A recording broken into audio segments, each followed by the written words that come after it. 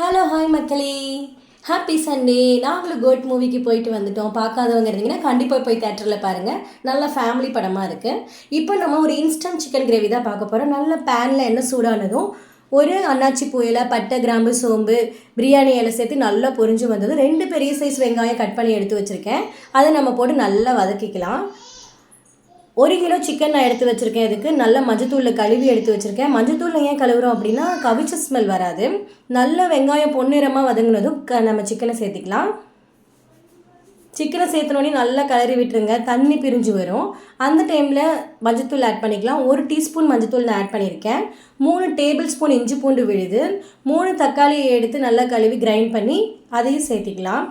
கூடவே 2 spoon chicken masala, 2 teaspoon garam masala, 1 teaspoon மிளகாய் தூள் போட்டு நல்லா கிளறி விட்டுக்கிறேன். இப்போ தேவைக்கேற்ப உப்பு சேர்த்து நல்லா கிளறி விட்டுக்கலாம். 1/2 லெமன் எடுத்து நல்லா புழிஞ்சு விடுறேன். இந்த டேஸ்ட் சிக்கன் கிரேவிக்கு ரொம்ப மல்டி டேஸ்ட்டாக இருக்கும். நல்லா எண்ணெய் பிரிஞ்சு வர அந்த டைமில் பார்த்தீங்கன்னா நல்லா கிளறி விட்டுட்டு 1 கைப்பிடி கொத்தமல்லி இலையை நல்லா தூவி விட்டுக்கோங்க. இப்போ நம்ம இன்ஸ்டன்ட் சிக்கன் கிரேவி ரெடி ஆகிடுச்சு. நல்லா சுட சுட சாப்பாட்டில் போட்டு கிளறி சாப்பிட்டீங்க அப்படின்னா வேறு லெவல் டேஸ்ட்டாக இருக்கும். நீங்களும் உங்கள் வீட்டில் ட்ரை பண்ணி பாருங்கள். Thank you so much. Bye. Next வீடியோவில் பார்க்கலாம்.